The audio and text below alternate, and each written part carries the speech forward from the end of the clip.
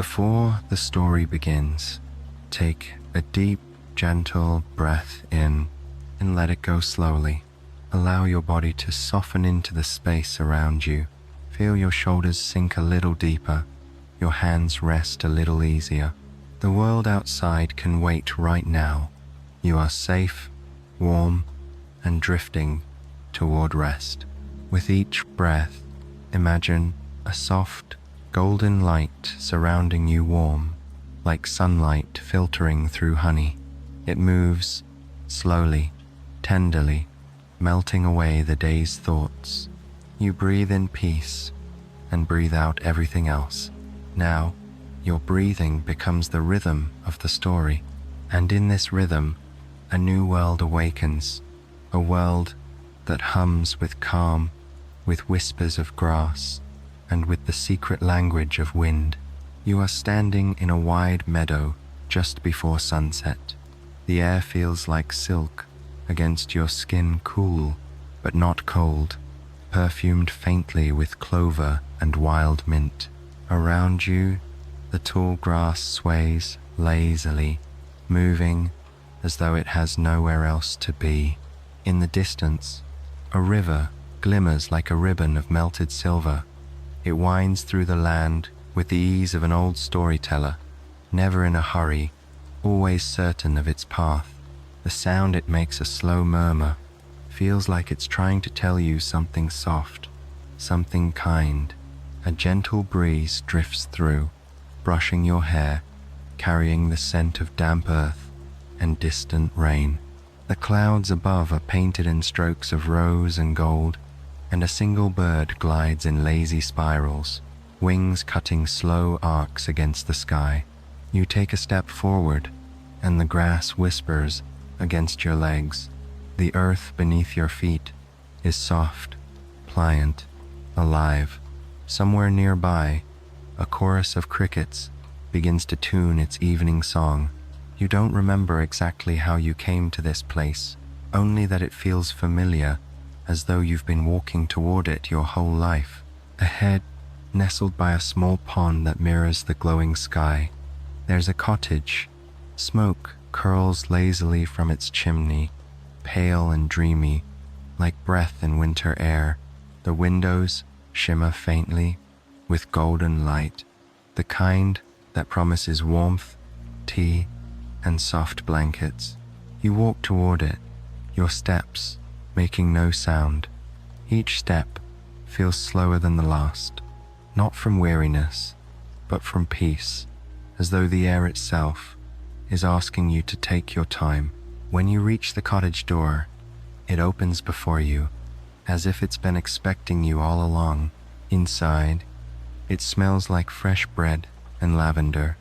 A kettle hums quietly on the stove. Shelves line the walls, filled with jars of herbs, small wooden figures, and candles whose flames flicker like tiny heartbeats. And there, sitting by the hearth, is an old woman with a kind face. Her silver hair catches the firelight, and her smile is the sort that reaches her eyes. "Ah," she says, as though greeting an old friend. "You've come. I thought you might." Her voice is soft, the kind of voice that can untangle the knots in your mind just by being near it. You step closer, drawn to the warmth, the smell of burning cedarwood, the gentle crackle of the fire. The old woman gestures to a cushioned chair beside her. "Sit," she says kindly. "You've been walking a long time, even if you don't remember it." You sink into the chair, and it feels like being embraced. The cushion seems to adjust to your shape, as though it knows exactly where you need softness. The woman hands you a mug of steaming tea. It smells of chamomile, honey, and something faintly floral, like night-blooming jasmine. As you sip, warmth spreads through you, down to your fingertips. Outside, the last light of day fades into twilight, and the first stars appear shy and distant, like lanterns lit one by one in the dark. "You've come to the Valley of Still Winds," she says, stirring her own cup slowly. a place where even time moves gently. No battles are fought here, no voices are raised, only the quiet kind of rebellion, the kind that begins when one chooses peace instead of noise. Her words drift through the air like dandelion seeds. You look around, everything feels alive but unhurried. The clock on the mantel ticks softly, not counting time but singing it. The walls seem to hum faintly with comfort. Even the shadows are soft-edged, as if afraid to disturb the calm. You'll rest here tonight, the woman continues. Tomorrow, if you wish, you'll begin to understand why you came and what the rebellion truly means. You don't feel the need to ask questions. There's a serenity here that dissolves curiosity into contentment. She hums a tune old and low, a melody that feels like it's made of memory and moonlight. The rhythm matches your breathing. The tea grows cooler, your eyelids heavier. Outside, the wind sighs through the grass like a lullaby for the world. The woman stands, places a soft blanket over your shoulders, and whispers, "Rest now, traveler of calm hearts. Even the stars are pausing tonight to listen to your dreams, and as you close your eyes, you feel yourself floating not away, but deeper into the moment." The rebellion, whatever it may be, has already begun, quietly, within your peace. When you open your eyes, morning has not yet come. The world outside the window is bathed in soft indigo twilight, that gentle hour before dawn, when even the birds are still dreaming. The hearth glows faintly, its embers pulsing like a sleepy heartbeat. Somewhere in the distance, an owl calls, low and patient. You stretch beneath a hand-woven blanket, feeling the threads thick and soft, with the faint scent of cedar and sun-dried wool. The chair you fell asleep in seems to cradle you, unwilling to let you go. You rise slowly, not because you must, but because it feels right. The air is cool and sweet, and the old wooden floor creaks with a sound like a sigh. The cottage seems alive, breathing, listening, waiting. The old woman is gone, but she's left a note by the kettle, written in looping, gentle script. Follow the lanterns when the wind is still. The valley will show you what peace remembers. You smile, without knowing why. On the table rests a small basket, filled with bread that's still warm, a tiny pot of butter, and a folded cloth containing ripe figs and honeycomb. Next to it, a lantern. Its glass glows faintly, even though no flame burns inside. When you lift it by its handle, it flickers to life, not with fire, but with a soft golden shimmer, like captured sunlight. The air hums faintly, as though the valley itself acknowledges your waking. You step outside. The dawn mist curls around the cottage like a living thing, silver and slow-moving, brushing softly against your skin. The first light of day is emerging over the hills, gentle pinks and blues painted on the horizon, the kind that look like they're whispered rather than drawn. The grass glistens with dew, and the river nearby catches the light like a mirror of silk. Ahead of you, stretching away through the valley, are lanterns, each one floating a few inches above the ground, bobbing gently as if carried by invisible hands. Their glow isn't bright but soothing, a rhythm of golden heartbeats leading into the distance. You follow them. The air is filled with the sound of soft rustling, the music of waking leaves, the first birds testing their voices. Somewhere nearby, water trickles down stones in a slow cascade, creating a melody that matches your steps. Each lantern seems to light just before you reach it, then dim softly behind you, like the valley itself is guiding your way, urging you gently forward. but never hurrying you. As you walk, the land begins to change.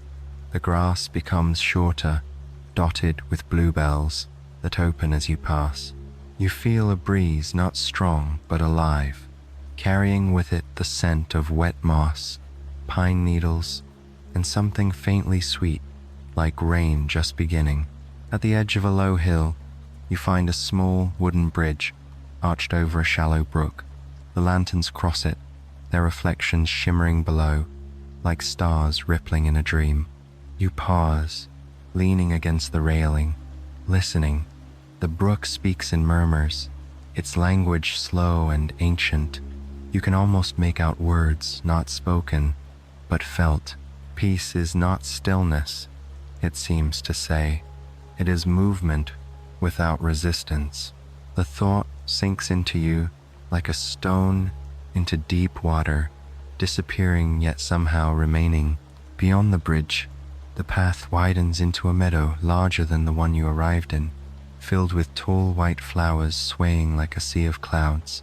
The lanterns drift among them, and as you pass, the petals seem to glow faintly in reply, and there in the center stands a tree. It is vast and old, with a trunk as wide as a cottage and bark that gleams like smooth amber. Its leaves are pale green, shimmering with a pearly sheen, and they move even when the air is still. Beneath the tree sits a figure cloaked in soft grey fabric, hair the color of wheat. They hum quietly to themselves, tracing patterns in the soil with one finger. When they notice you, they smile. "Good morning," they say, voice gentle and musical. "You found the lantern path." You nod. The words come out of you without thought. "I was told to follow it." The figure's smile deepens. "Then you were told true. Most who wander here do not find the path until they've stopped searching for it." You sit across from them. The grass feels cool beneath you, and the tree's shade carries a warmth. Unlike sunlight, it feels like being remembered fondly. "Do you know where it leads?" you ask softly. The figure chuckles, low and kind. "It leads where peace hides when the world grows too loud. But the path changes with every traveler. For some, it ends by a river. For others, it circles back home. They pluck a single leaf from the tree and hand it to you. It's soft, veined with silver light. "Keep this with you," they say. "It listens better than most people do." You hold it gently, feeling a quiet pulse within it, a slow heartbeat that seems to match your own. "Will I see you again?" you ask. The figure's gaze drifts upward, following a pair of doves circling above the branches. "Perhaps," they say, "perhaps not, but you'll feel the tree, and that will be enough." When you rise to leave, the lanterns ahead brighten once more, beckoning you forward. The figure nods, returning to their humming, and as you step away, the song seems to wrap around you like a soft wind, a melody that speaks of rest, patience, and gentle courage. You walk again, lantern in hand, deeper into the valley of still winds. Behind you, the hum of the tree and the brook's murmur fade into silence, not an absence of sound, but the fullness of calm. Somewhere far ahead, a faint golden mist rises, curling upward like breath, and you sense that what waits beyond will be even quieter than this. But for now, you walk slowly, without thought, your mind as open as the sky above you. Each step feels lighter, each breath deeper. The rebellion, if it exists, is in every soft moment of choosing peace when the world would demand otherwise. And tonight, the valley seems to whisper that you are already part of it. You walk until the golden mist thins into morning light. The valley opens wide around you, a vast canvas of gentle colors, the blue-green of distant hills, the pale gold of rippling grass, and the faint blush of sunrise stretching across the sky. like watercolor on silk. The lanterns continue to guide you, floating low above the ground.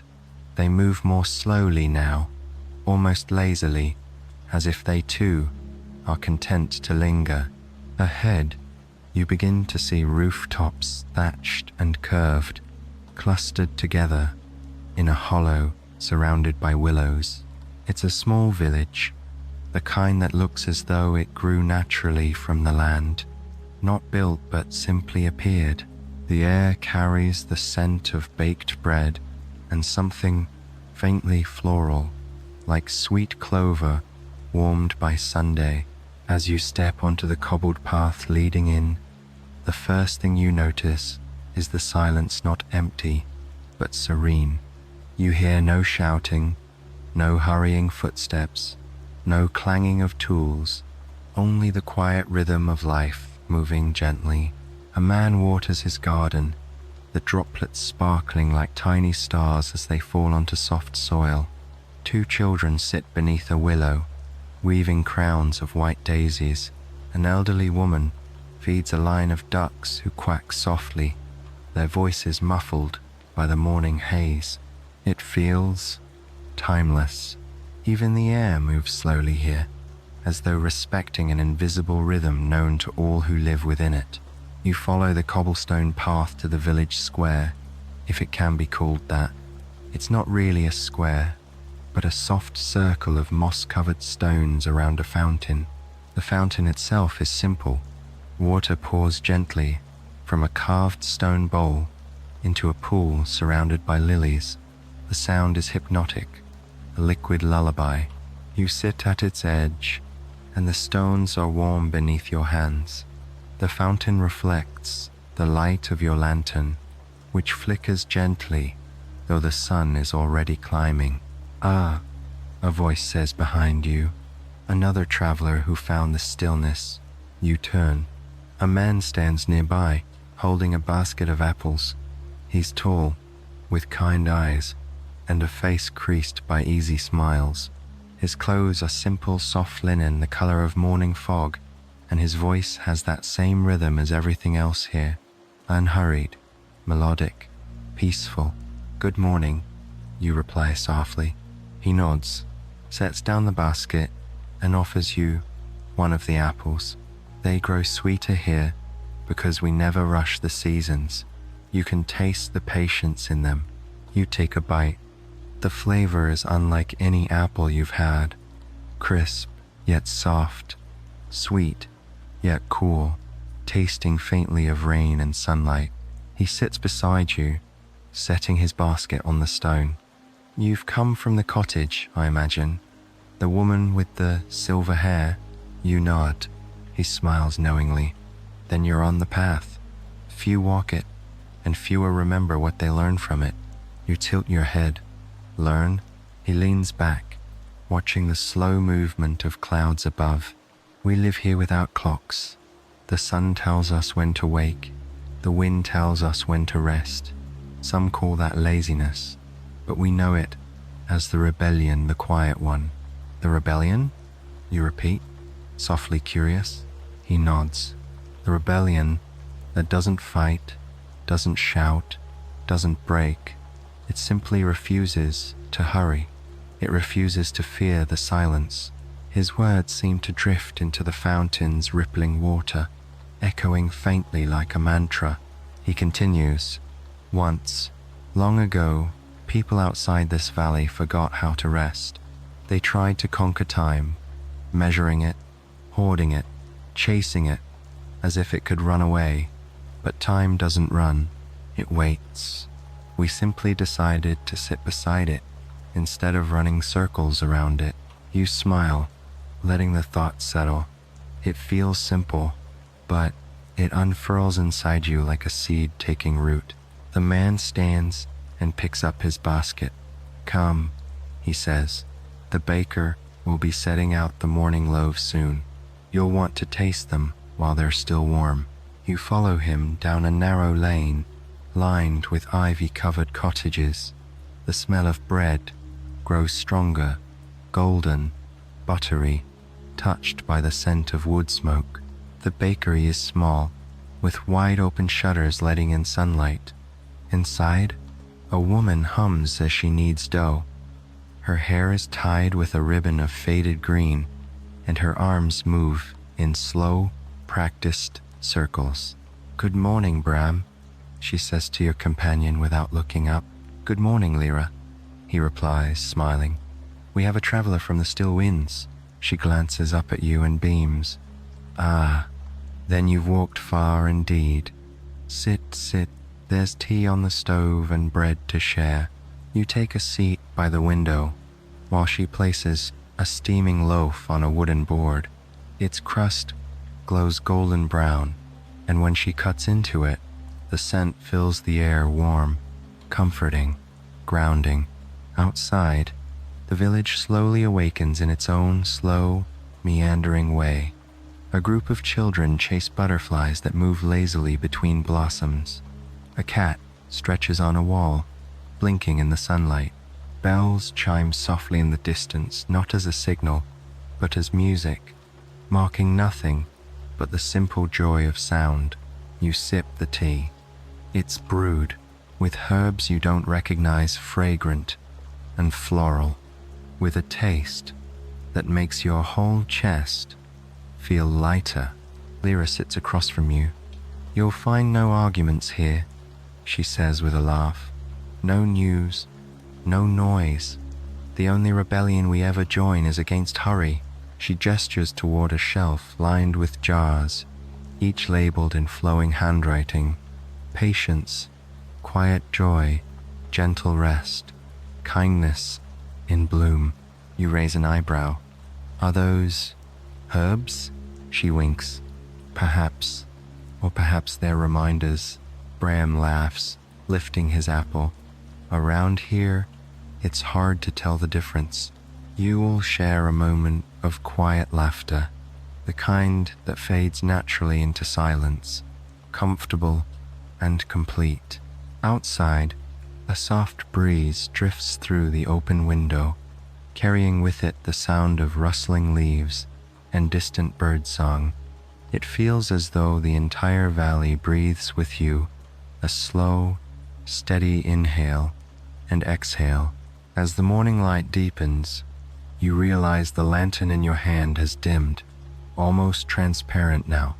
The glow within it is fading, but it feels right, as though it's resting. Too, Lyra notices. "It will return when you need it again," she says gently. "Everything does, in its own time." You nod, sipping the last of your tea, feeling its warmth settle into your bones. When you step outside again, the air is soft and drowsy. The villagers move like a living rhythm, each in harmony with the next, all without effort. You take one last look at the peaceful scene, the fountain, the cobblestones, the bread still steaming on the sill, and feel a deep, quiet bloom within you. For the first time, you understand that the rebellion isn't about defiance at all. It's about remembering what the world forgot, the grace of stillness. And as you begin to walk once more deeper into the valley, where new paths wait in golden light, your steps feel slower, lighter, freer. The rebellion continues, one calm breath at a time. The sun climbs slowly, filtering through thin clouds like silk stretched across the sky. The path leaving the village is gentle, a winding trail of moss and stone, bordered by lavender and ferns. You walk barefoot now, feeling the cool earth beneath your feet, each step an echo of ease. Behind you, the sleepy village fades into the hush of morning. Ahead, the valley dips into a shaded grove, where the light turns softer, quieter. The air smells faintly of old paper, wood polish, and rain that hasn't fallen yet. And there, nestled among ancient oaks, stands a building unlike any you've seen before, part cottage, part cathedral, its roof covered in moss and tiny flowers. Through the tall arched windows, you glimpse movement, a glimmer, like dust motes floating in sunlight. You feel it before you even step closer, the calm of 1,000 untold stories resting in silence. A small wooden sign leans against the doorframe, hand-carved in gentle script. The Library of Soft Voices. Please whisper with the wind. You smile and push open the door. It makes no sound. Inside, the air is thick with peace, the kind that hums just below hearing, as if the room itself is breathing.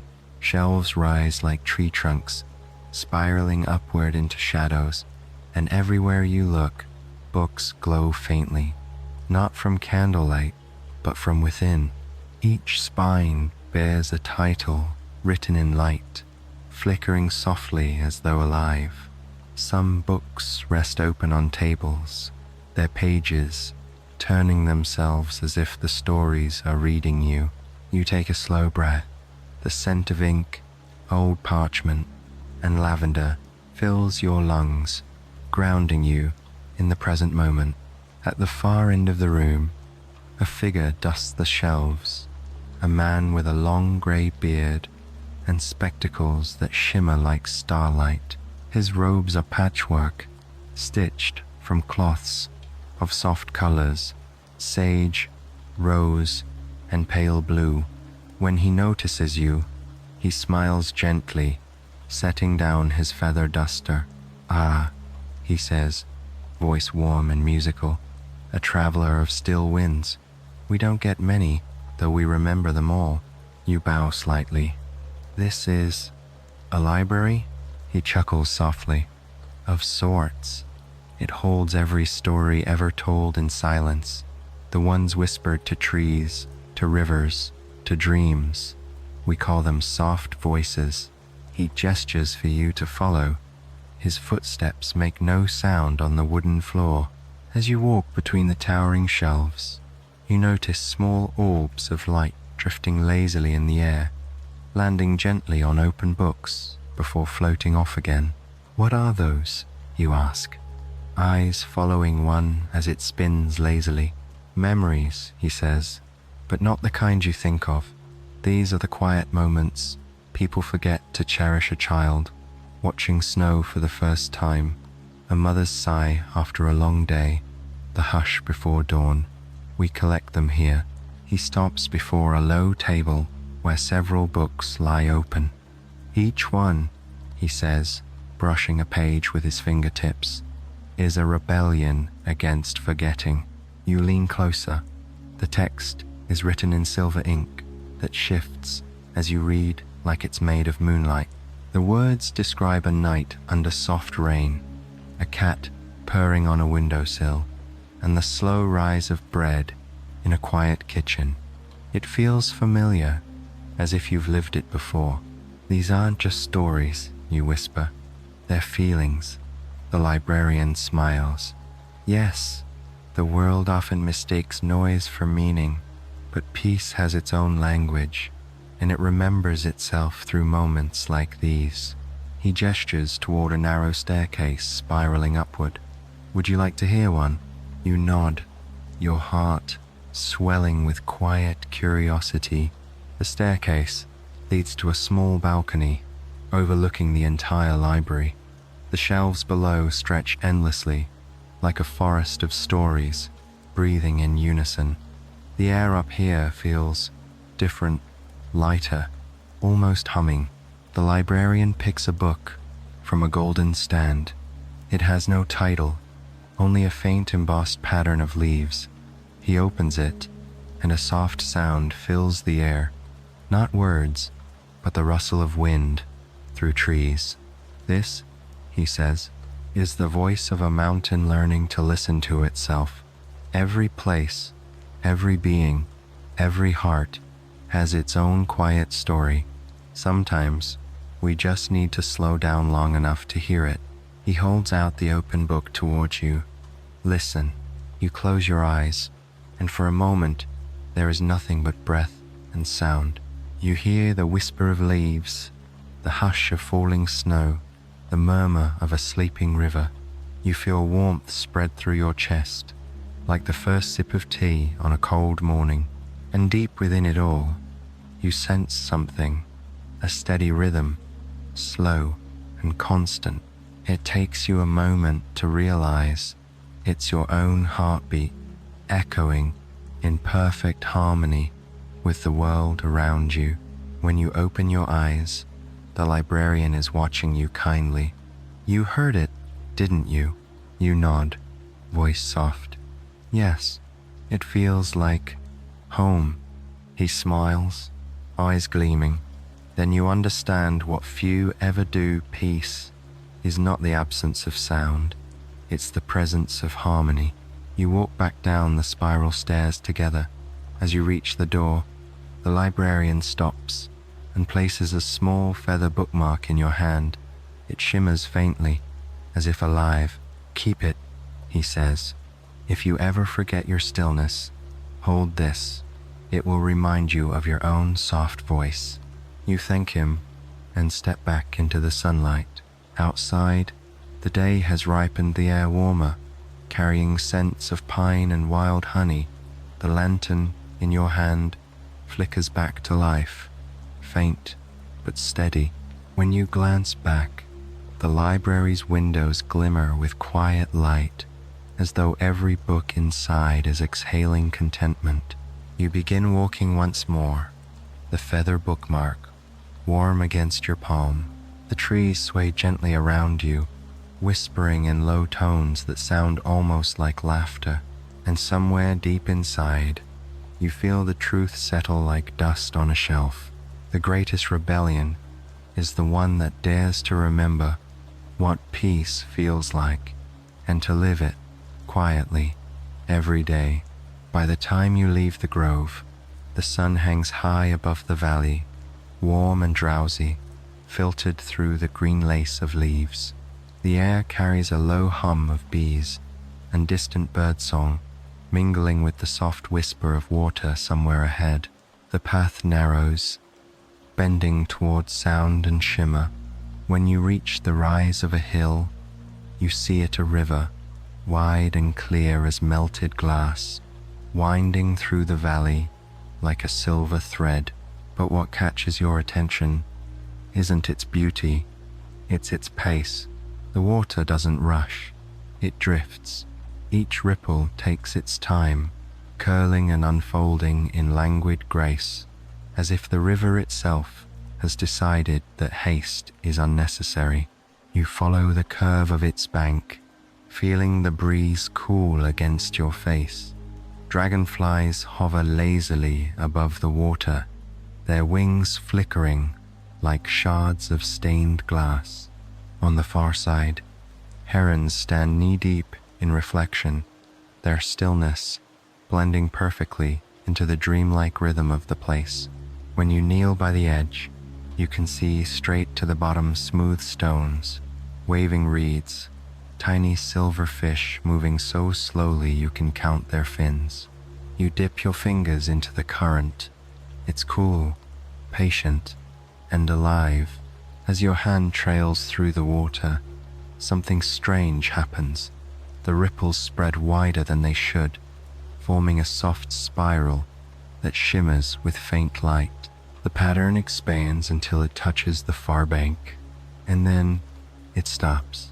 The river seems to notice you. A low murmur rises, not sound exactly, but feeling like being spoken to in a language older than words. The current hums gently against your palm, shaping thoughts that arrive not in your ears, but directly in your mind. Do not be afraid to move slowly, the river says. The world remembers every step, no matter how quiet. You blink, watching as sunlight scatters across the ripples like broken mirrors. The water's voice continues, soft and melodic. I once rushed, it tells you. I was fierce and proud. I carved through mountains, devoured banks, chased the sea, but I forgot to see the sky reflected in me. I forgot the songs of my stones. The voice sighs, a sound like rain over moss. Then the valley whispered to me. It said, "Be still enough to listen." And so I did. Now I flow where I am needed, not where I am hurried. Now I carry reflection, not noise. You let your hand rest still in the water. The current curls gently around your fingers, like a living thread weaving calm through your skin. There is peace in the simplicity of it. No resistance, no striving, only flow. From behind you, a voice says softly, "You're listening to it, aren't you?" You turn to see a young woman sitting on a smooth rock nearby. Her hair is long and chestnut brown, braided with strands of river grass. Her feet dangle just above the water, and her dress shimmers faintly like wet silk catching the light. She smiles when your eyes meet. "I'm Mira," she says, "keeper of the river's rest." "Keeper?" you ask gently. She nods. "Every part of this valley has someone who tends its peace. I don't rule the river. Of course, I only remind it to stay gentle." You smile. "How do you remind a river?" Her eyes glint with quiet amusement. "By listening. When you listen to something long enough, it begins to listen back." She pats the rock beside her, and you sit. Together, you watch the river drift, sunlight dancing across the surface, reeds swaying in soft rhythm. "Sometimes," she says after a while, "people come here from far away. They bring their noise with them, their schedules, their guilt for doing nothing, their urge to make even rest productive. The river listens. It teaches them what stillness feels like." You glance at her. "Does it work?" Her smile softens. "Always, even if they don't notice." She dips her fingers into the water, tracing small spirals that glow faintly before dissolving. This is the only rebellion the river knows: to move without haste, to shape without force. It's not weakness, it's patience, wearing the face of power. You sit in silence for a long time, letting the world speak around you. The wind combs through the grass, the river hums softly, its voice now part of your heartbeat.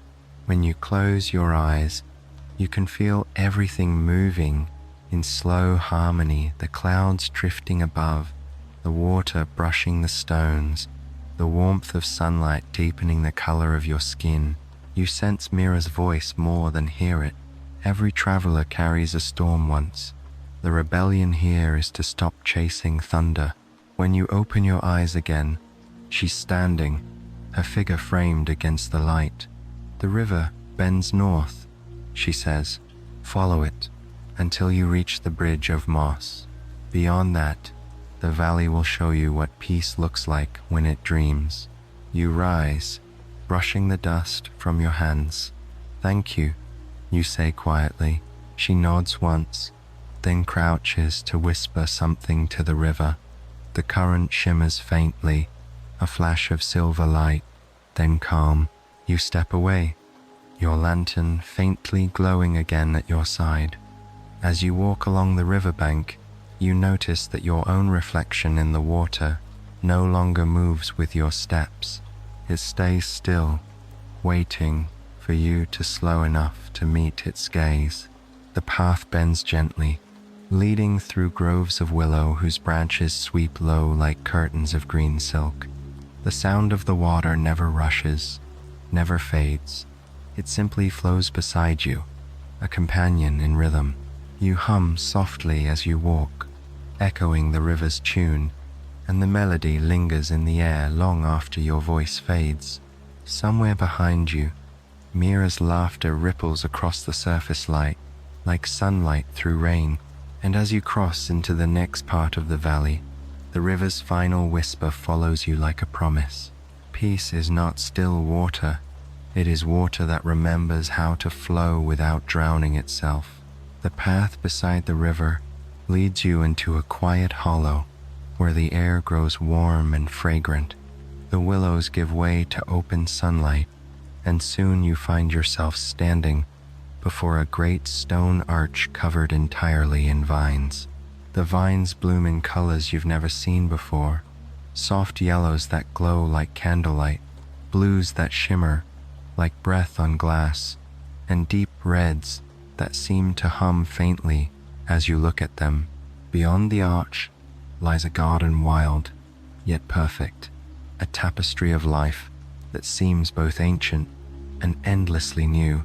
There are no paths, no fences, no signs of deliberate design, yet everything grows in harmony.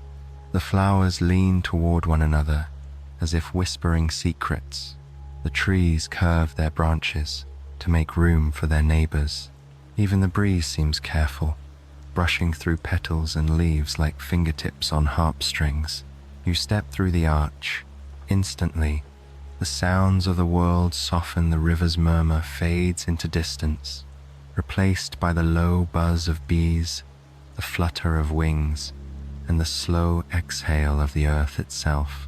The ground beneath your feet is soft, moss, springy, and cool. Each step releases a faint scent, sometimes mint, sometimes pine, sometimes something sweet and unnamed. At the heart of the garden stands a small stone circle, surrounded by waist-high grass. In the center, a single pear tree blooms its blossoms white as clouds, its trunk silver with age. Beneath it sits a man with soil-stained hands and a crown of woven herbs upon his head. His eyes are closed, and he hums quietly, a deep, soothing sound that vibrates through the ground like a heartbeat. When he hears your footsteps, he opens his eyes and smiles. "Welcome, traveler of still winds," he says, his voice low and soft as turned earth. "You've come to the garden that grew without asking." You tilt your head, the name settling in your mind like dew. "Without asking?" He chuckles gently. "Aye, every other place in the world demands something to grow, time, effort, care. But here, the soil gives freely. No one plants, no one plucks. The garden grows because it wishes to." You walk closer, drawn to the silver bark of the pear tree. Its blossoms fall like snow, slow and soundless. How does it know what to grow? The gardener for that is what he seems to be smiles. It listens. Seeds fall where they're needed. Roots find where they belong. Nothing here fights for space, and nothing takes more than it must. That is the garden's rebellion. It grows through harmony, not hunger. He gestures toward a patch of wildflowers nearby. "Do you see those blooms? They came from a single seed carried on a traveler's coat many years ago. The wind brought it here, and the soil welcomed it. Now it feeds the bees and shades the roots of others. No plan, no order, only peace." You kneel to touch one of the blossoms. Its petals are cool and velvety, and when you close your eyes, you hear faintly the echo of its growth. Rain falling softly, roots stretching through damp earth, sunlight filtering through leaves. It feels alive, awake, but entirely without hurry. The gardener laughs softly when you open your eyes. "You heard it, didn't you?" You nod. "It's singing." He smiles, brushing dirt from his palms. "Everything does, if you're quiet enough. The trouble is that most people shout so loud at life, they can't hear it answering back." He stands slowly, joints creaking like old wood. "Would you like to see something?" You follow him as he walks deeper into the garden. Each few steps brings a new scent: rosemary, rain-soaked earth, honeycomb, wild thyme. The sunlight breaks into soft patterns through branches above, dappling your path in gold. At last, you reach a small pond covered in lily pads. The water is perfectly still, reflecting the sky like glass. Floating among the lilies are hundreds of tiny blossoms, each glowing faintly with their own inner light. They bloom at dusk, the gardener says quietly.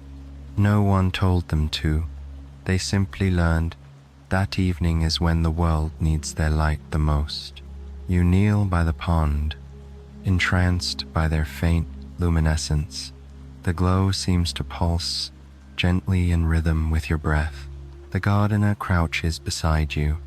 Do you know the difference between growing and striving? He asks. You shake your head. He picks up a fallen leaf and lets it drift onto the water. Striving is when we reach before we've rooted. Growing is when we open because it's time.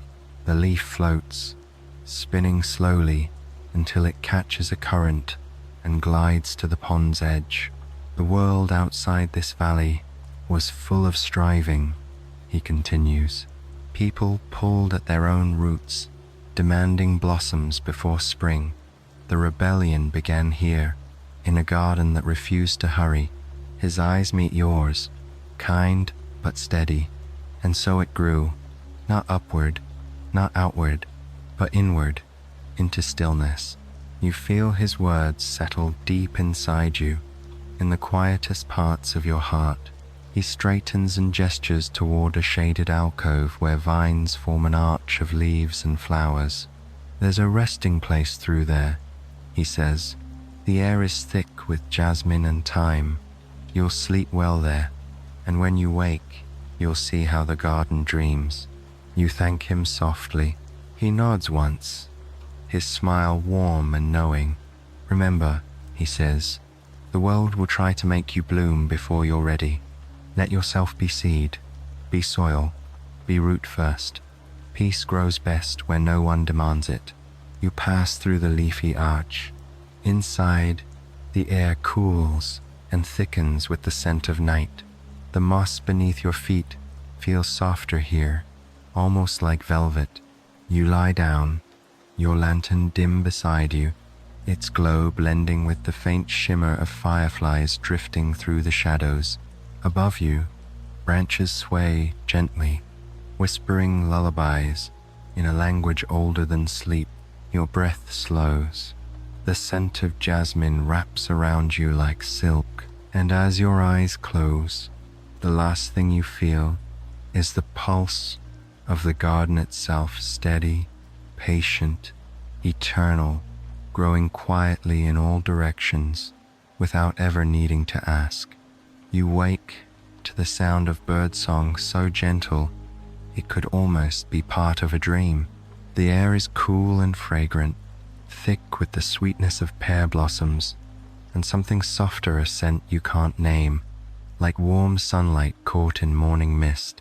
The garden is alive around you, but hushed. The bees are still sleeping in the flowers, the air still holding its breath before the day begins. Your lantern, resting beside you, glows faintly again, its light returning with the dawn. As you sit up, you notice a narrow path ahead, one you hadn't seen before. It weaves between arching branches, heavy with fruit, glowing softly, even in daylight. Some are golden, others rose-colored, and a few shimmer with a pearly light as though woven from dreams. You follow it. The moss beneath your feet is thick and springy, and every few steps, petals fall like drifting snow.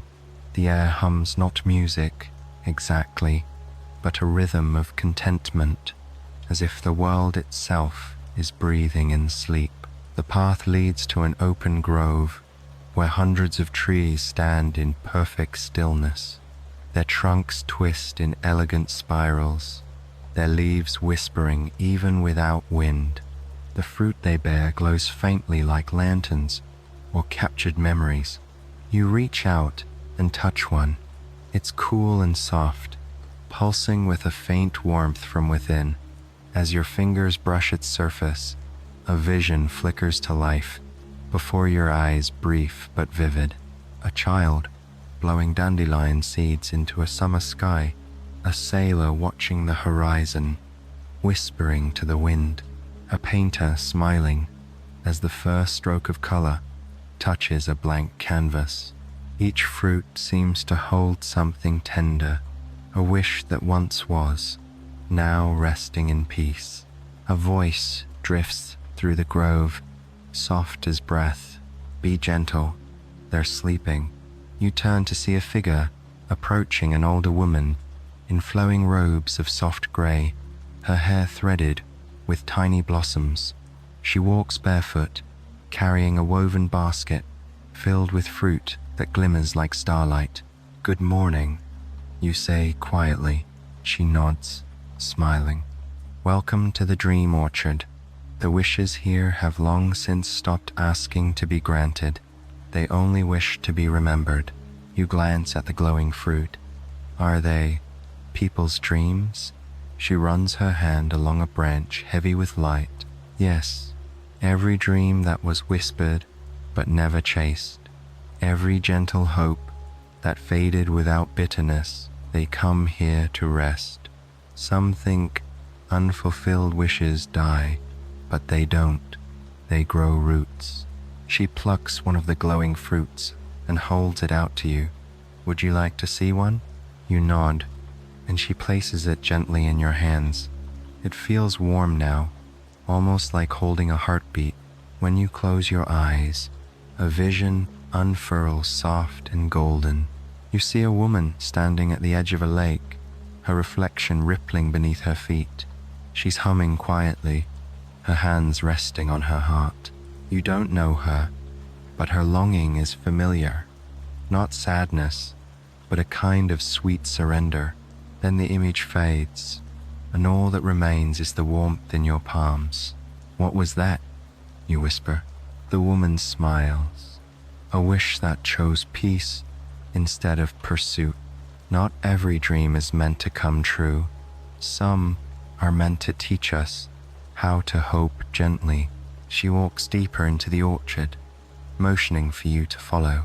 "Long ago," she says, "people filled their hearts with noise, goals, ambitions, endless wanting. They forgot that wanting can be quiet too." You listen as she continues, her voice blending with the rustling leaves. "The rebellion began when the first dream decided not to demand. It simply settled here and became light." She stops before a tree, unlike the others taller, its bark gleaming like bronze. The fruit on its branches glow brighter, shifting in color from gold to silver, as if breathing. "This tree," she says, "belongs to the valley itself. Every wish ever whispered here becomes part of its roots, even yours." You blink. "Mine?" She nods. "You wouldn't have found this place without one. Even the desire for peace is a wish after all. But here, wishes don't chase. They rest." You look up at the fruit, glowing softly against the canopy of green. "Can I leave one here?" She smiles, eyes bright with kindness. "Yes, simply hold it in your heart, and the tree will know." You close your eyes. At first, you're not sure what to wish for. You think of everything you've seen, the still winds, the gentle river, the patient garden. Then, without words, the wish forms on its own, a world where nothing beautiful must hurry. The moment you think it, something shifts. A breeze stirs, carrying a faint shimmer through the air. One of the glowing fruits detaches from the branch above and lands gently at your feet, humming faintly like a sigh. The woman kneels, touches it softly, and nods. It heard you. The fruit's light grows brighter, then slowly fades until it's absorbed into the ground, leaving only a soft glow in the moss. She stands and says, "Peace, too, is a dream. The only difference is, this one keeps dreaming back." You walk with her a while longer through the orchard. The air feels lighter, your chest freer. The fruit shimmer gently above you, like stars caught in branches. When the path finally opens to the edge of the grove, She stops. The orchard will always remember your wish, she says, but peace must be carried, not kept. Beyond this hill lies the next lesson. You thank her, bowing your head slightly. She smiles. Go gently, traveler. You are becoming what you came to find. As you walk away, the wind picks up, brushing your shoulders like a blessing. You glance back. Once the orchard gleams softly, its countless dreams breathing together in golden quiet. And as you descend the hill, you realize your steps have grown slower again, not tired, but perfectly in tune with the rhythm of the valley. Your wish lingers behind you, still glowing faintly in the air, a rebellion not of force, but of stillness that refuses to fade. You follow the soft slope of the hill until the air changes lighter now, carrying a rhythm that feels like a heartbeat in sound. Faint chimes ring in the distance, not hurried or precise, but loose and unmeasured, drifting like the wind through glass. The path bends, and you find yourself looking down at a valley basin, cradled in golden morning light. A small village lies below, its rooftops made of slate and moss, its windows shining like amber in the Sunday. But what draws your eye most are the towers, half a dozen of them, each topped with long, weathered bells. They swing slowly, so slowly that it takes a full minute before one makes a sound, and when it does, the tone lingers in the air like a sigh that never quite ends. You start toward it, and as you walk, you realize even the wind seems to move differently here, not in gusts, but in waves. Everything, the sound, the light, even your heartbeat falls into rhythm with the bells. By the time you reach the cobbled path at the edge of the village, your lantern glows again, pulsing faintly in time with the sound. The first villager you meet is an old man sitting outside his shop, carving wooden figures with a calm precision. His hands move slowly, carefully, but his smile is instant. "Good day, traveler," he says, setting his carving aside. "You've come to listen, haven't you?" You smile. "To the bells?" He nods. "They don't just mark time here, they stretch it. Each note rings long enough for everyone to remember they're alive before the next one comes." He gestures toward the nearest tower. "We call this place the Village of Ever, Slow Bells. No one hurries here because even the sound refuses to." You tilt your head, listening. One of the bells gives a deep, resonant hum, not a strike, but a breath. It vibrates through your bones, through the cobblestones, through the air itself. The whole world seems to pause in reverence before the tone fades. "It's beautiful," you say softly. The old man smiles. Beauty likes being given time. He reaches for another piece of wood, studying the grain. Long ago, the valley's people built clocks that ran too fast. They lost track of the hours and began to race them. So one day, the bells decided to rebel. They slowed themselves, one chime at a time, until people had no choice but to wait. And in waiting, they learned to see again. He lifts his carving, a small figure of a bird mid-flight. Now we live by their rhythm. The bread rises to their tone, the tea steeps by their measure, and hearts beat slower here. You thank him, and he nods toward the square. Go listen to the great bell. It only rings when someone truly hears it. You walk on. The sound of your footsteps blends into the hum of the bells, a slow, living lullaby that seems to come from everywhere at once. In the village square, people move gently, a woman hanging laundry, a child tracing spirals in chalk, a baker sprinkling flour that glows in the sunlight. They all seem to move in rhythm, as if choreographed by stillness. At the center stands the great bell, larger than a house, its bronze surface carved with swirling vines and words you don't recognize. Around it, flowers grow right out of the stone, their petals opening with each soft vibration. You stand before it. It does not ring, not yet. You rest your hand on its surface. It's cool at first, then warm, then alive. You feel a pulse beneath the metal, slow and steady, matching your breath. The air thickens around you, shimmering faintly. The distant bells hush, and for a long moment, there is nothing but silence, vast and weighty. Then, from deep within the great bell, a single note begins to rise. It isn't loud, it's whole. The sound rolls through the square, through the valley, through you. Every muscle softens, every thought quiets. The vibration moves through your bones like water through roots, reminding you that stillness can sing too. In that moment, you feel everything: the mountains, the trees, the sleeping dreams, the slow river, all moving together in one breath. When the note fades, the silence it leaves behind feels sacred. Someone behind you whispers, "It rang for you." You turn to see a young boy holding a string of paper wind chimes. His eyes are wide and bright. The bell only sings when someone's heart matches its pace. You smile. Then, "I must be slowing down." He nods. "That's good. Everyone here learns to live like the bells. The rebellion is to never hurry again, not even in thought." He holds out one of his paper chimes.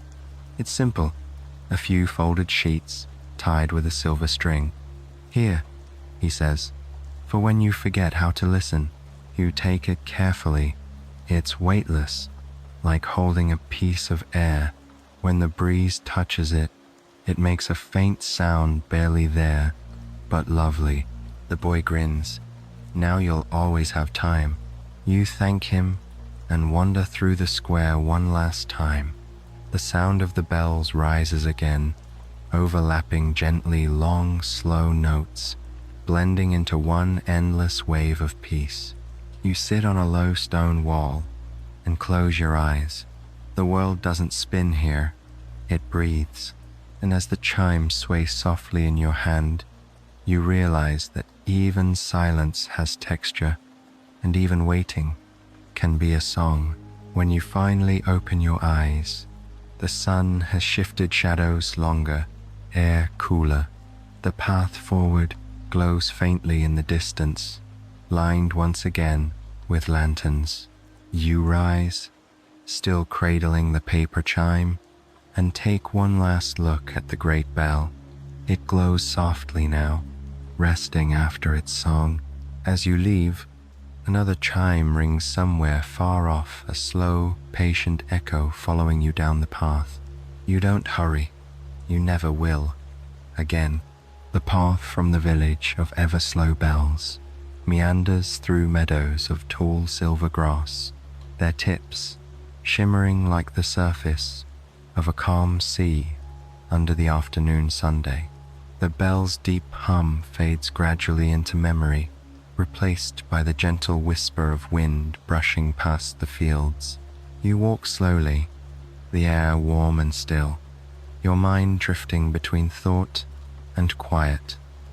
The chime in your hand sways softly, its faint tone harmonizing with your footsteps. The lantern beside you flickers lazily, as if even its flame has learned to rest. As the path curves around a hill, you catch a new scent, a blend of roasted leaves, jasmine, and something woody and sweet, like cinnamon bark drying in sunlight. It's the kind of fragrance that wraps around you, soothing without asking permission. Soon, you see a structure at the edge of a tranquil pond, a house built entirely of smooth bamboo and dark wood. Its windows open to the soft wind. Lanterns hang from the eaves, swaying gently. A sign above the door reads, in careful calligraphy, "The House of Eternal Tea." You pause at the entrance, removing your shoes before stepping onto the polished wood floor. The warmth of the planks seeps into your feet. The air inside hums faintly, filled with the sound of water pouring steady, rhythmic, like a heartbeat made of patience. A low voice greets you. "Traveler of still winds," it says kindly. "You've arrived just in time for the quiet hour." A man appears from behind a beaded curtain. His hair is white, tied neatly behind his head, and his robe is the color of steeped tea, amber and gold. His eyes seem to smile even before his lips do. He gestures toward a small table by the open window overlooking the pond. "Please, sit. The tea is ready when the water forgets to boil." You smile softly, amused but intrigued. "When it forgets?" He nods, pouring water into a small clay pot. Most people chase the perfect temperature, but tea knows when it's right. We simply wait until it tells us. You sit, feeling the soft breeze coming through the window. The pond outside is perfectly still, broken only by the lazy glide of a single white koi. Its movements are so unhurried that the ripples it makes seem to drift backward in time. The man sets out 2 small cups, the porcelain thin and slightly uneven, clearly handmade. The scent of the brewing tea deepens, rich and round, with notes of toasted rice and honeyed flowers. He pours, his motions fluid and deliberate. Not a single drop spills. Each pour, he says, is an act of rebellion. You glance up. "How so?" He smiles faintly. "Because the world has forgotten how to pour slowly. They rush, even peace. Here, we remember the rhythm of patience." He places a cup before you. The surface of the tea shimmers in the afternoon light, the steam curling upward in soft spirals. You take a sip. It's unlike any tea you've tasted, smooth, grounding, a balance between warmth and weightlessness. It doesn't wake you, it settles you. It feels like returning to something you didn't realize you'd left behind. He takes his own cup and gazes out the window. "Long ago," he begins, "there was a man who tried to measure peace.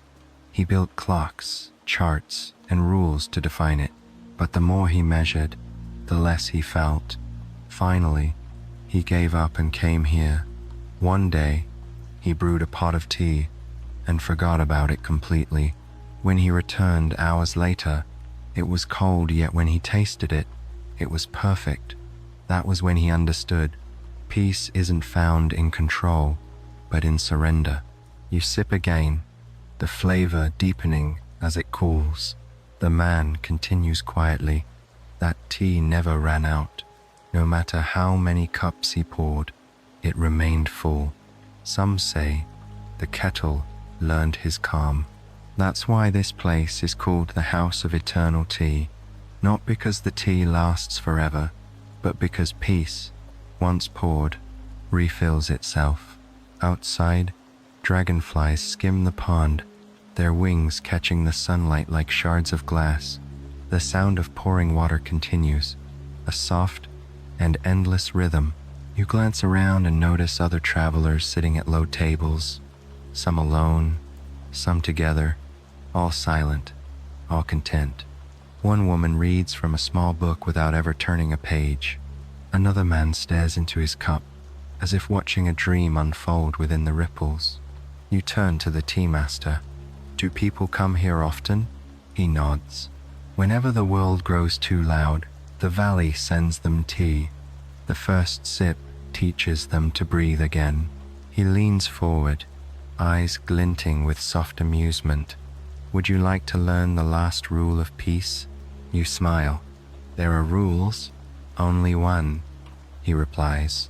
"Never drink to finish, drink to feel." You take another slow sip, this time noticing everything. The warmth of the cup against your fingers, the scent of steam mingling with air, the faint taste of sunlight and time. The tea hums quietly as it meets your lips. With each swallow, your mind empties a little more, not into absence, but into stillness. You realize then that the rebellion has always been this simple: to stop rushing through beauty. The tea master rises, refilling your cup, though you never saw him lift the pot. When you're ready, he says, follow the scent of pine beyond the pond. There's a bridge there. The wind will guide you to your next lesson. You nod, finishing your cup with reverence. Thank you, you whisper. He bows lightly. The tea thanks you too. You leave the house quietly, stepping back into the soft glow of the afternoon. The world feels slower, clearer, as if steeped in calm.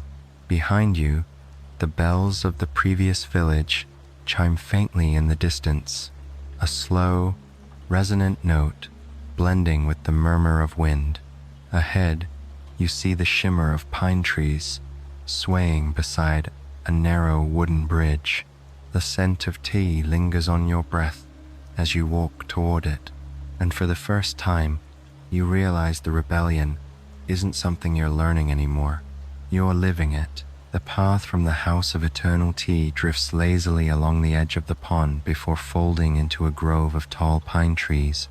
Their scent deepens the air, resinous and cool, threaded with notes of sap and rain-soaked bark. Sunlight filters through their branches in broken golden ribbons, painting the forest floor in quiet mosaics. The breeze is gentle at first, but as you walk deeper, it begins to move with intention, weaving through the pines, tugging softly at your sleeves, brushing your face like a familiar hand. You follow its invisible current, letting it lead you where it wishes. At last, you reach the bridge. It arches gracefully over a narrow ravine where a small stream meanders far below, glimmering in the afternoon light. The bridge is made of smooth, pale wood, and its railings are carved with spirals, patterns that resemble flowing air or waves.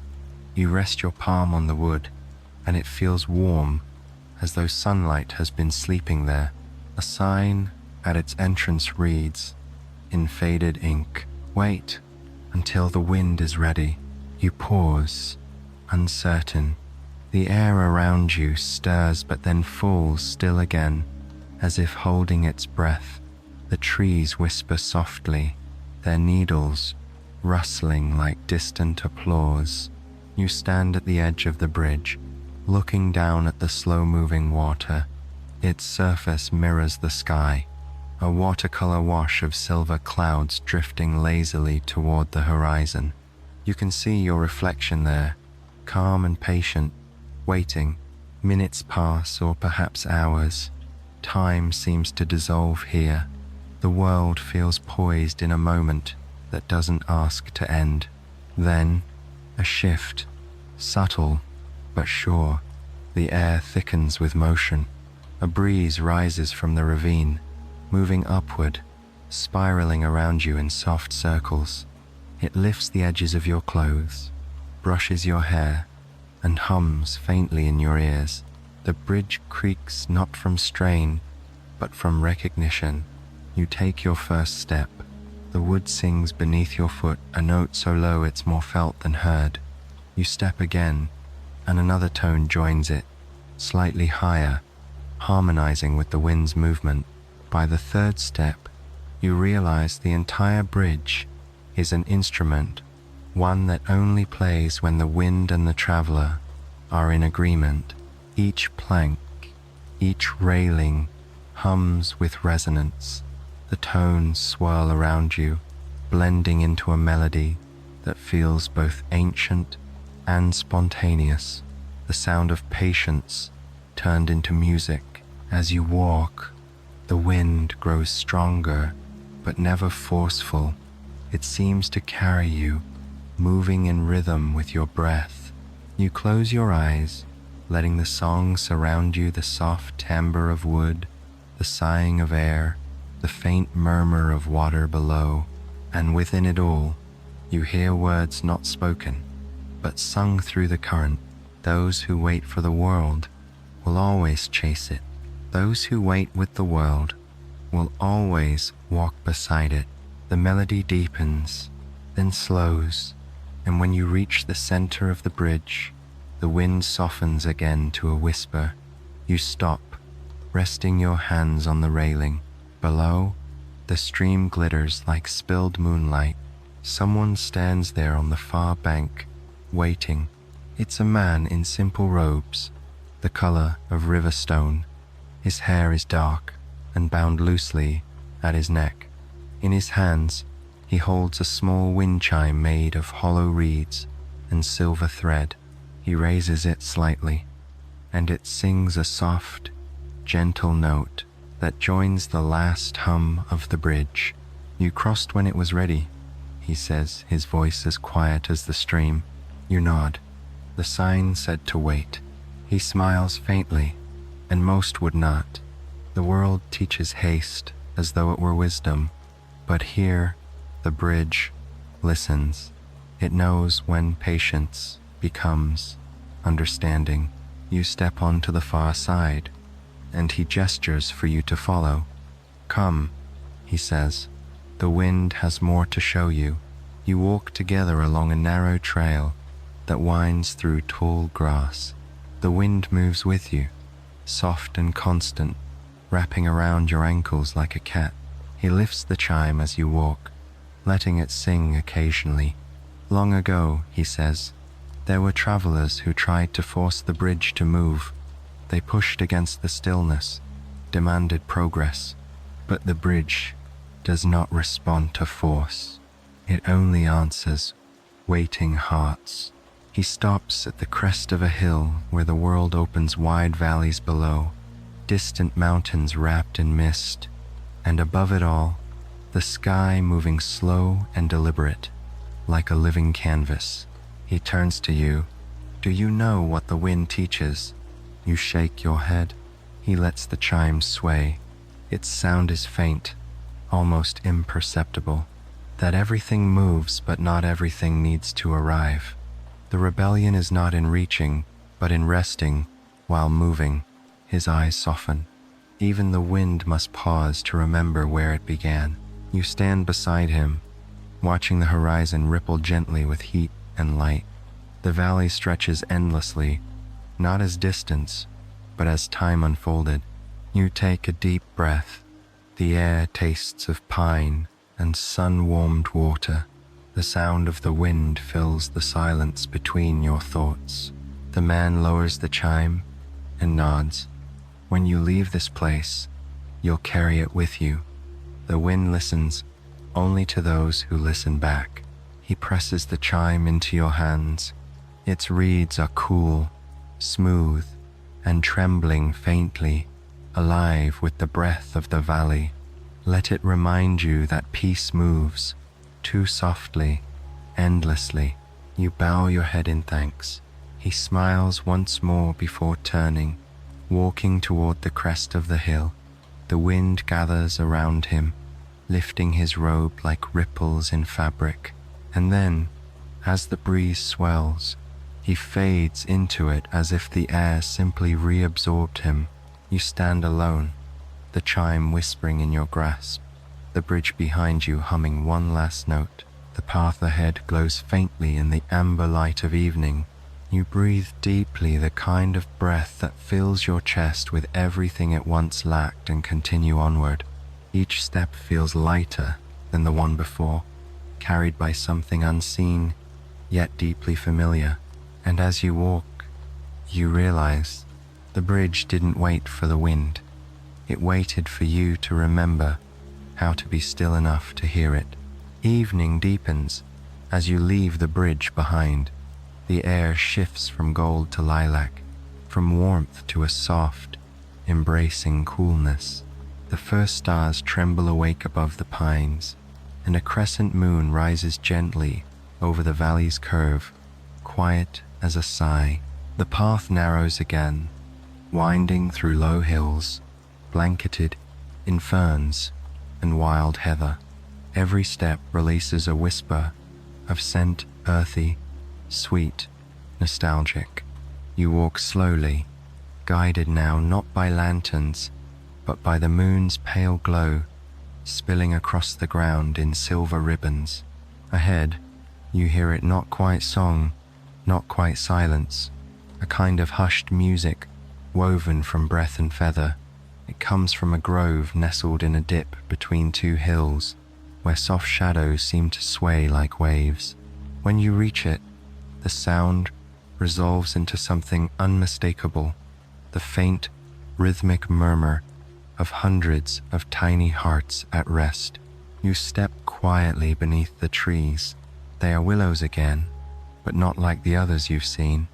Their branches droop so low, they touch the ground, forming a living curtain of leaves that glows faintly in the moonlight. And within their sheltering green, hundreds, maybe thousands of birds sleep. They perch along every branch, tucked together in soft clusters.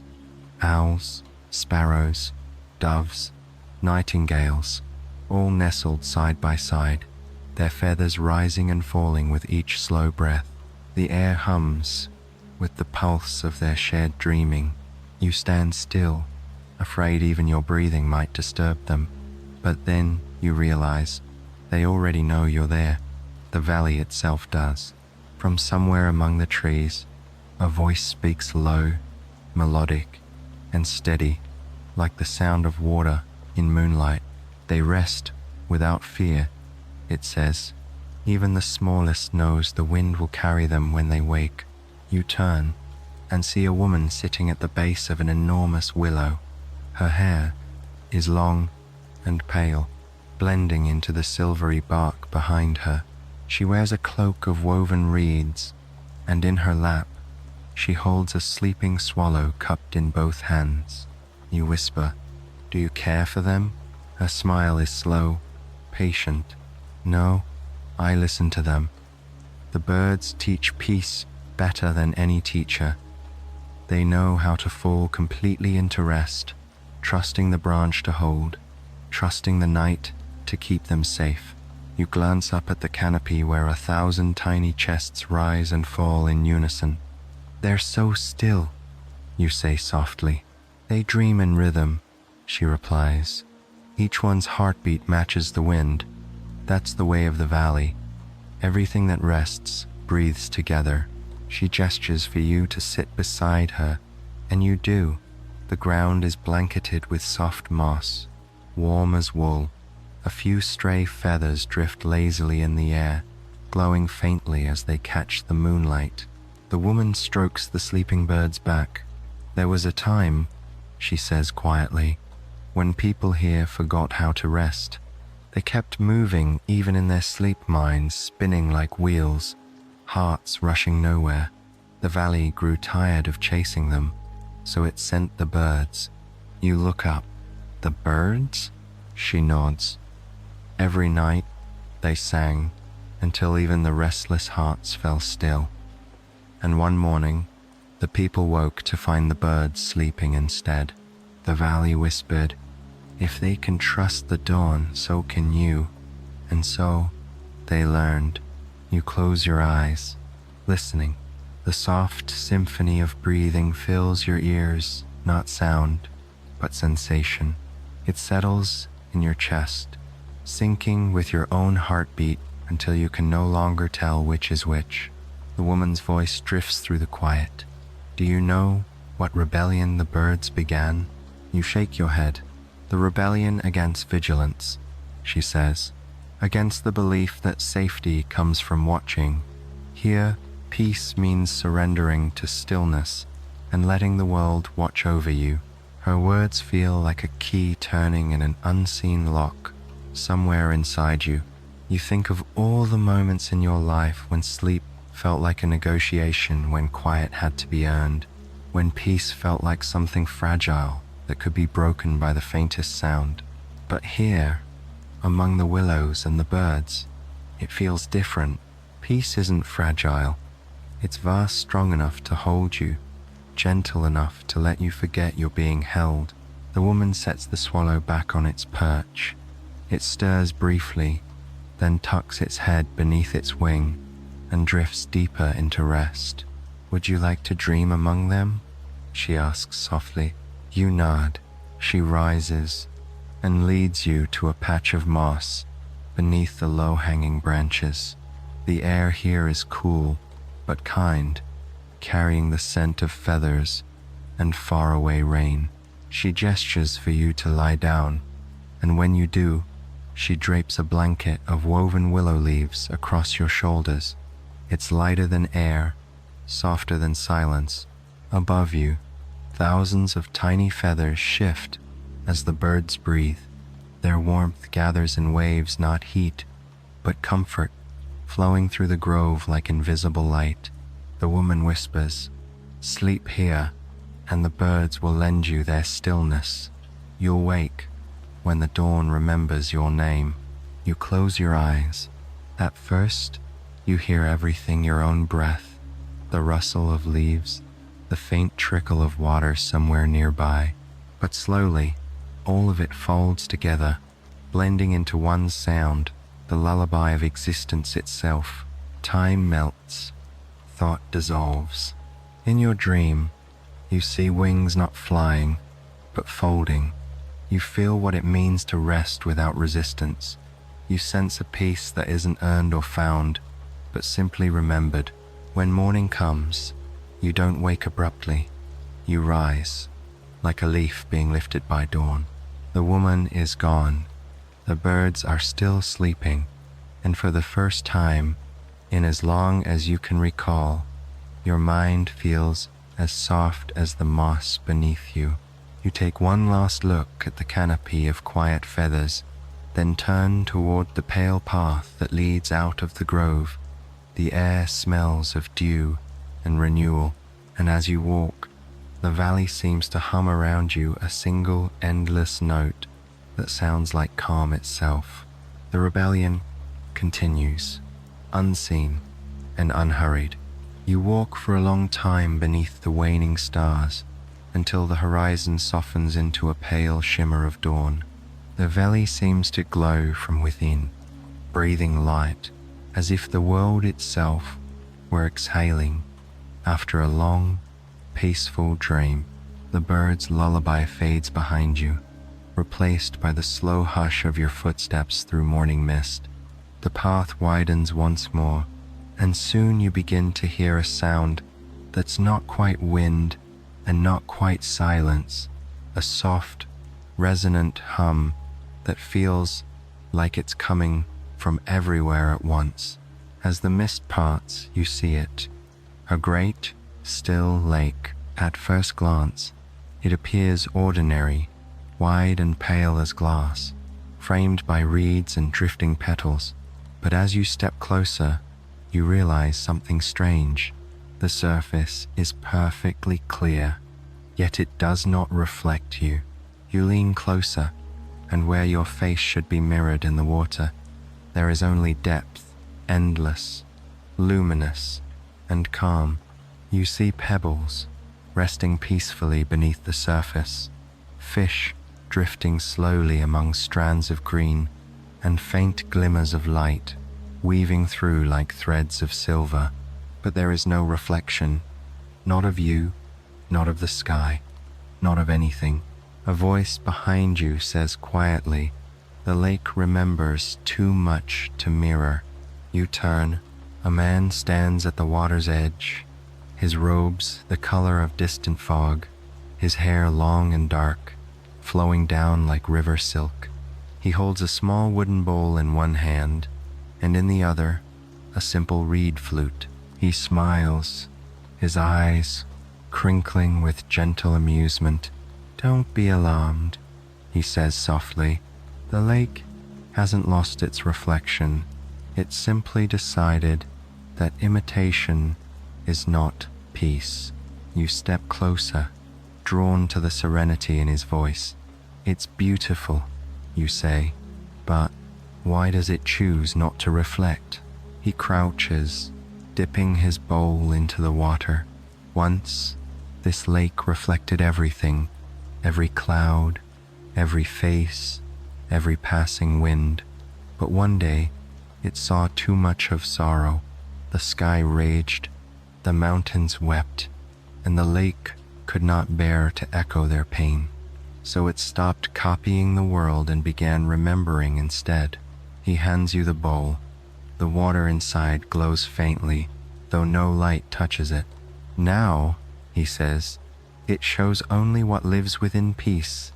If you look, you won't see your reflection, you'll see your stillness. You gaze into the bowl. The surface ripples faintly, then smooths. Slowly, shapes begin to appear, not of your body, but of your calm. You see breath made visible, the pulse of your heart as light, the soft waves of thought quieting like sand, settling after the tide. It's not an image, it's a feeling you can see. You look up, breath catching softly. It's beautiful. The man nods, smiling faintly. Peace has its own face. It's the only one the lake honors now. He stands, his movements slow and unhurried, and begins to walk along the water's edge. You follow, the soft mud cool beneath your feet. Every traveler who reaches this lake must meet themselves without reflection, he says. Some find it difficult, they seek a face instead of a feeling. But you, he glances at you with eyes that seem to shimmer with knowing. You've been learning.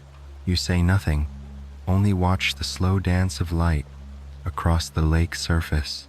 Every movement, the flutter of a dragonfly, the drop of a petal, the drift of a cloud seems to echo inside your chest like a reminder of gentleness. He lifts the reed flute to his lips and plays. The notes that emerge are soft, almost translucent. They don't travel far instead. They linger, curling around you like smoke, dissolving into the air as soon as they're born.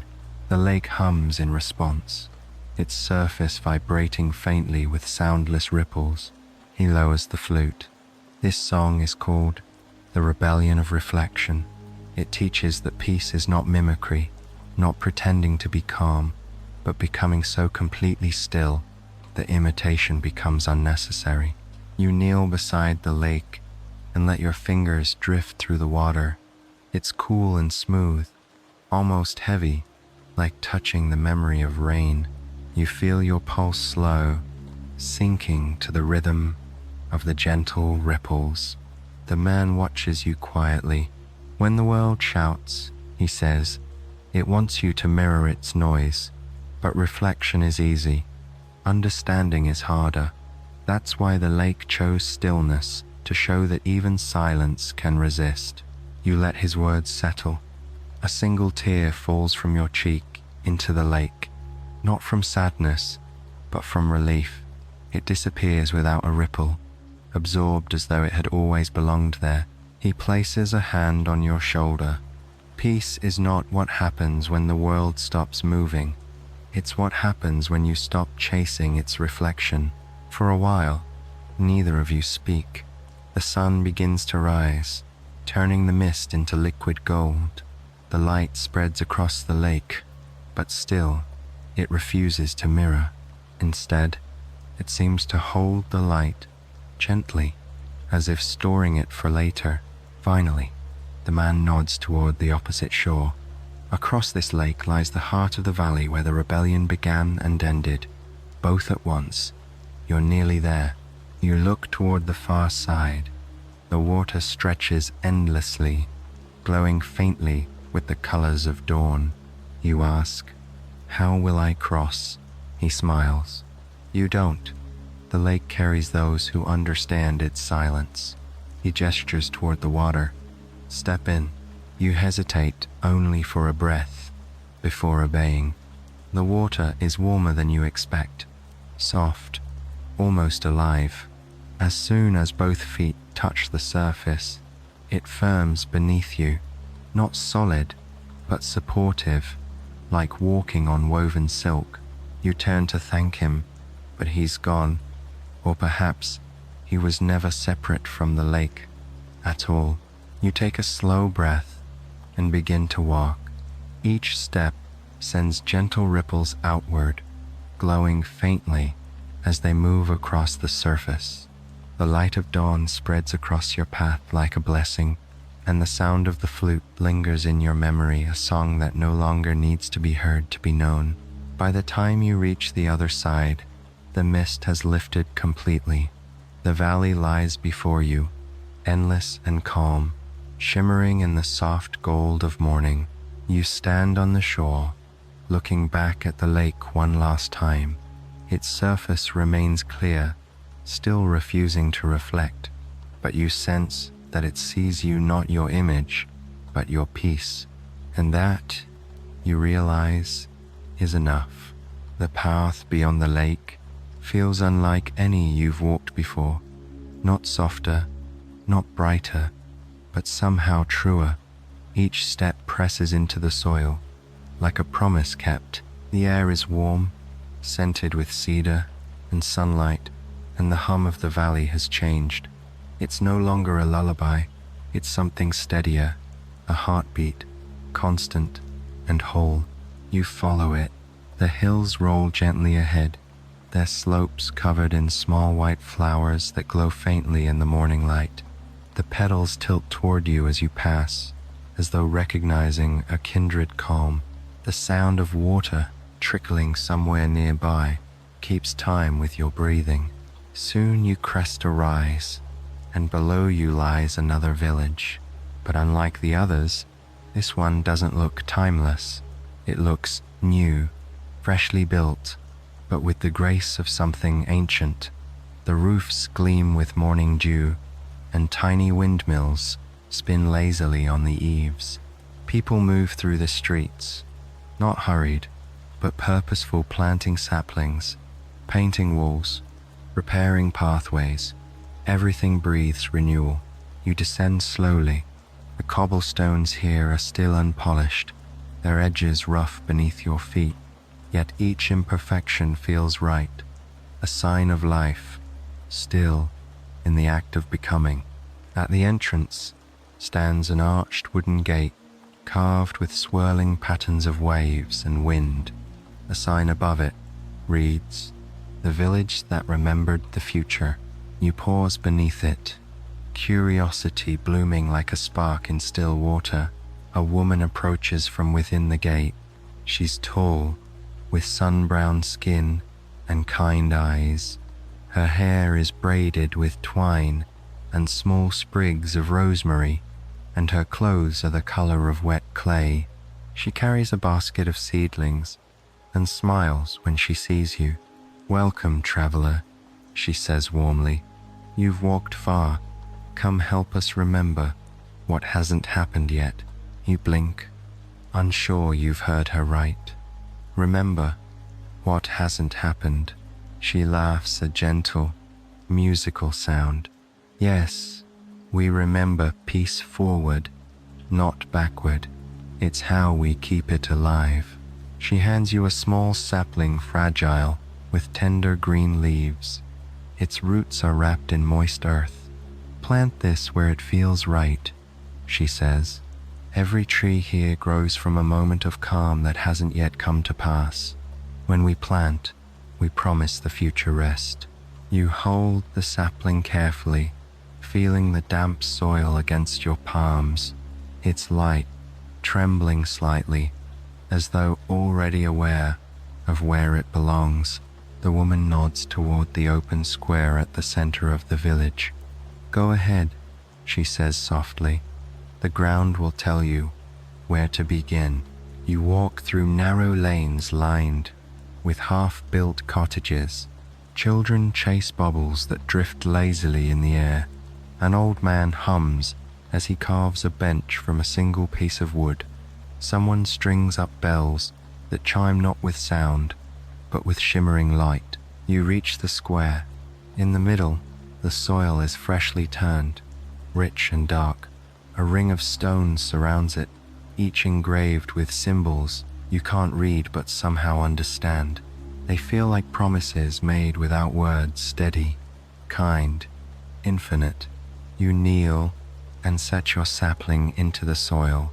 The earth parts easily, welcoming it. You cover the roots gently, your hands moving slowly, reverently. The woman appears beside you again, crouching to help. When you plant here, she says, you're not asking it to grow fast. You're asking it to grow right. As you finish, the sapling's leaves catch the light. For a brief moment, it glows faint, like a heartbeat, then stills. You whisper, "What will it become?" She smiles, brushing soil from her palms. "Whatever the world needs, when it's ready. Some trees here will bear fruit in decades, others in centuries. A few will never bloom at all, and that's their gift to remind us that patience also feeds the world." You sit back on your heels, watching the new tree shimmer faintly in the morning breeze. The air around you hums with quiet purpose, the same rhythm that fills every movement, every smile in the village. The woman says softly, "This is where the rebellion began to remember itself. When the valley learned that peace doesn't end, it renews. That's the secret of stillness.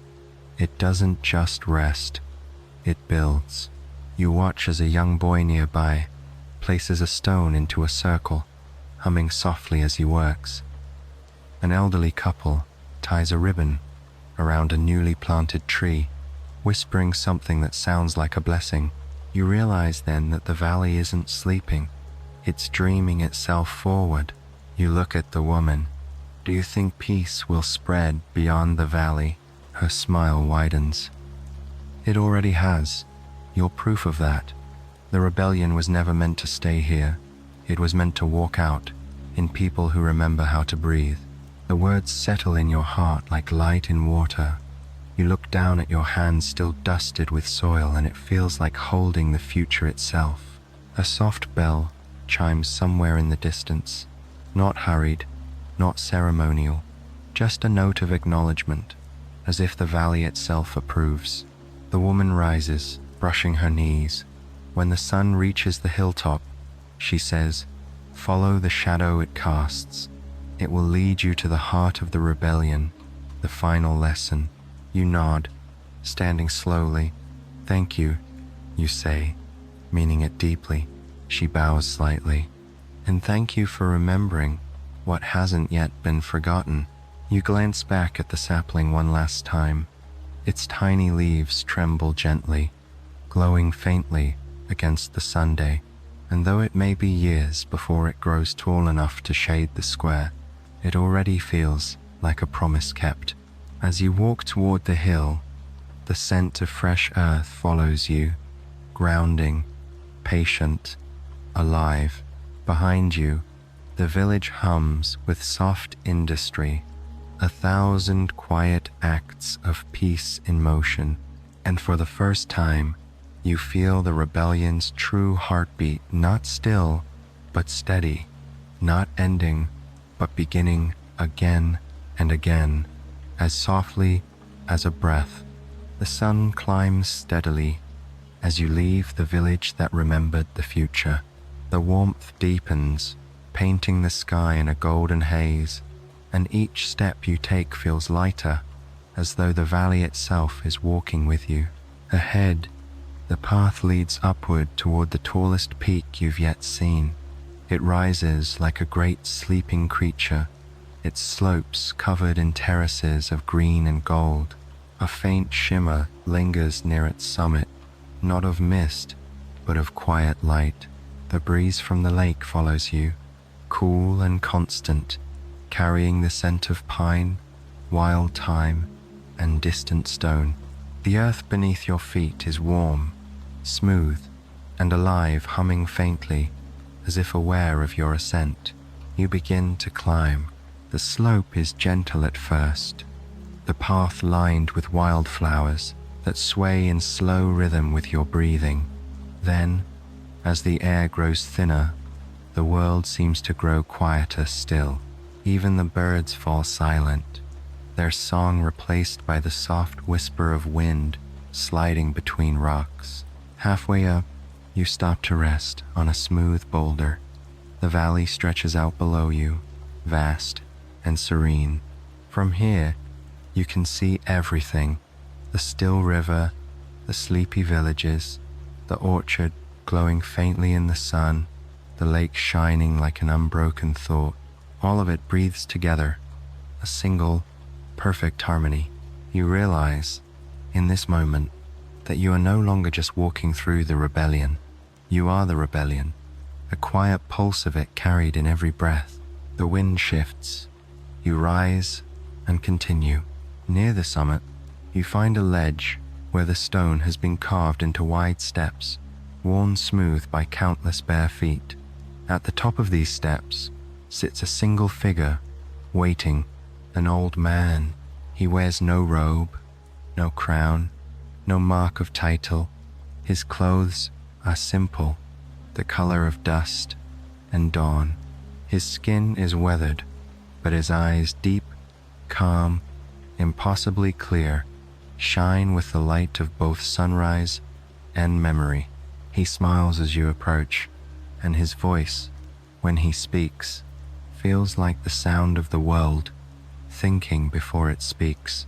"So," he says softly, "you've come to where the rebellion bowed its head."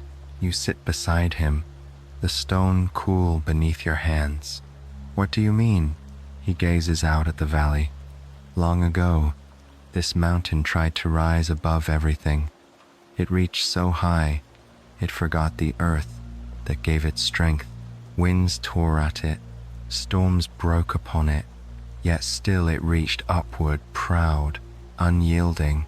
Then one day, it saw what the valley had become: the rivers that flowed without force, the trees that grew without command, the people who rested without fear, and the mountain felt shame for mistaking height for greatness."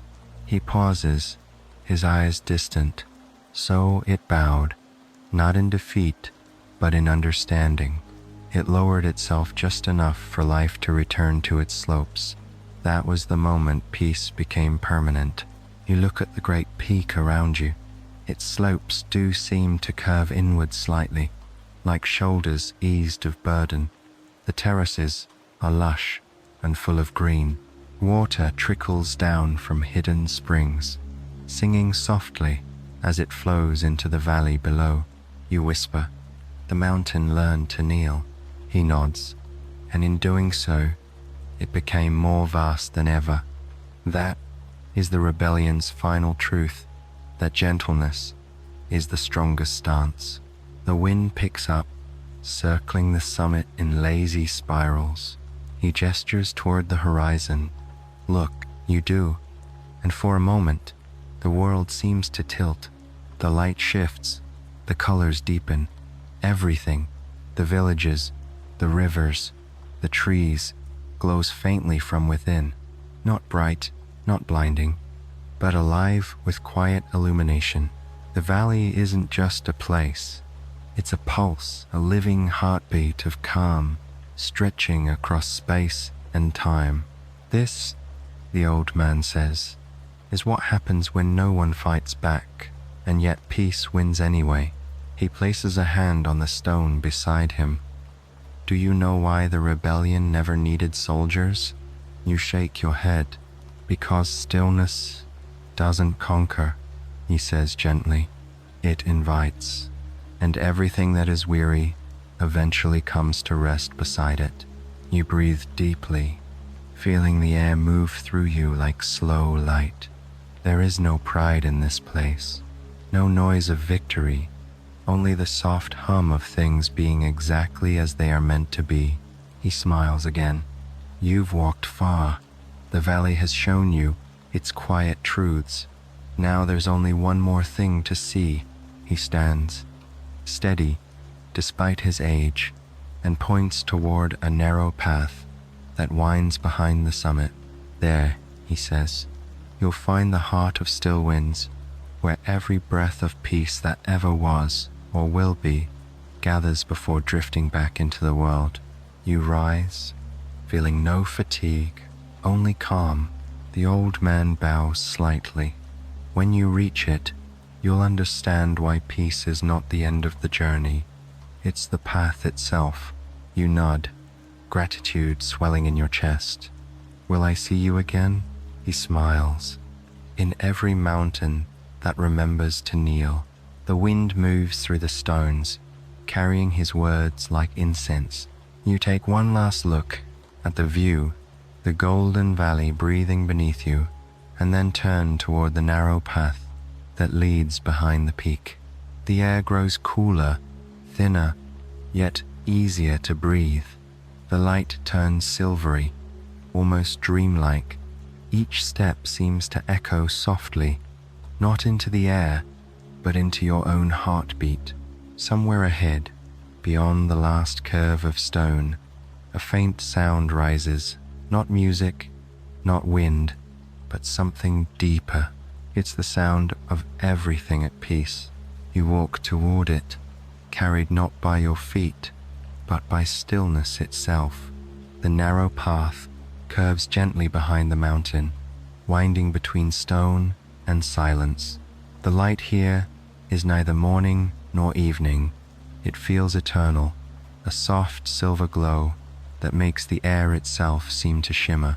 Every sound fades, until even your heartbeat feels like it belongs to something much older than you.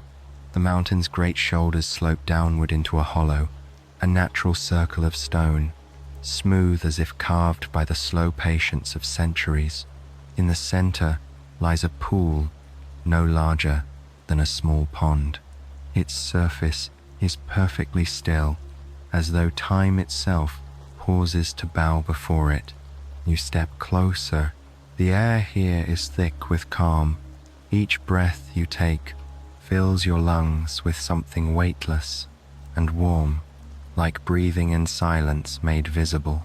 The pool emits no reflection, no movement, yet you can feel its pulse, a soft, low hum that vibrates in your chest.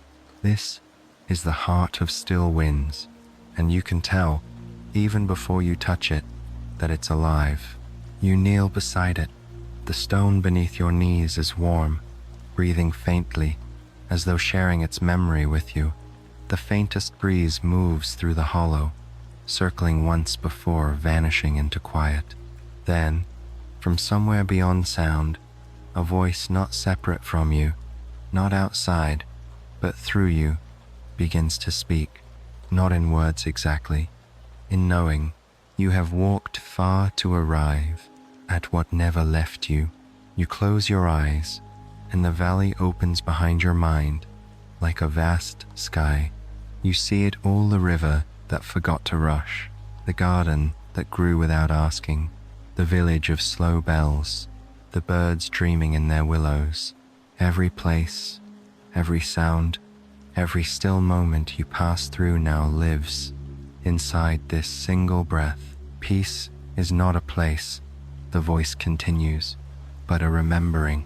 The water in the pool begins to move, not rippling, but breathing. Patterns of faint light shimmer across its surface, weaving together like silver threads. Each line glows for a moment, then fades only to reappear elsewhere. Slower, gentler, deeper. You lean closer. Within the glow, you glimpse faces not of people, but of moments. A hand resting on a table, a raindrop sliding down a window pane, a cat curled by a fire, the hush before laughter, the silence after tears. Every image hums the same quiet truth. Peace has always been there, waiting patiently to be remembered. The voice returns, soft and everywhere. The rebellion was never fought, it was simply felt. A warmth spreads through you, slow and total. You feel it in your fingertips, your pulse, the space behind your eyes. Your body grows lighter, but not smaller, as though you're dissolving into the rhythm of the air. To fight is to believe peace is elsewhere, the voice murmurs. To rest is to know it was always here. You breathe out. The sound of that breath ripples across the pool. For the first time, it stirs not in reflection, but in response. The surface glows brighter, and from its center, a single column of light rises, slow and steady, until it meets the sky. You feel it pass through you, through everything, without weight or demand. It's not a beacon, it's a heartbeat. Then, all at once, you understand. The rebellion wasn't a movement against the world, it was a movement within it. It was every soft decision, every unhurried gesture, every act of gentleness that refused to vanish. It was a world learning to breathe again. The light softens and bends, folding inward until it becomes a faint, golden mist drifting through the hollow. You stand slowly, your body humming with the same quiet energy. When you look down, you realize the pool has changed. It no longer shows light, but the sky above, and for the first time in your journey, it reflects you. But your reflection is not what you remember. It's softer, lighter, as though made of light and air. You see not your face, but your peace, whole and steady, breathing in rhythm with the wind. You smile, and for a moment, the entire valley seems to exhale. The trees sway in perfect unison. The river sighs.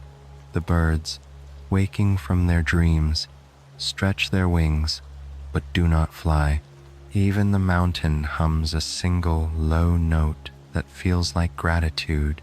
You close your eyes and whisper not aloud, but in spirit, thank you. When you open them again, the light is changing. The silver of timelessness shifts to the pale gold of morning. The valley glows beneath you, its rivers gleaming, its meadows shimmering like gentle seas.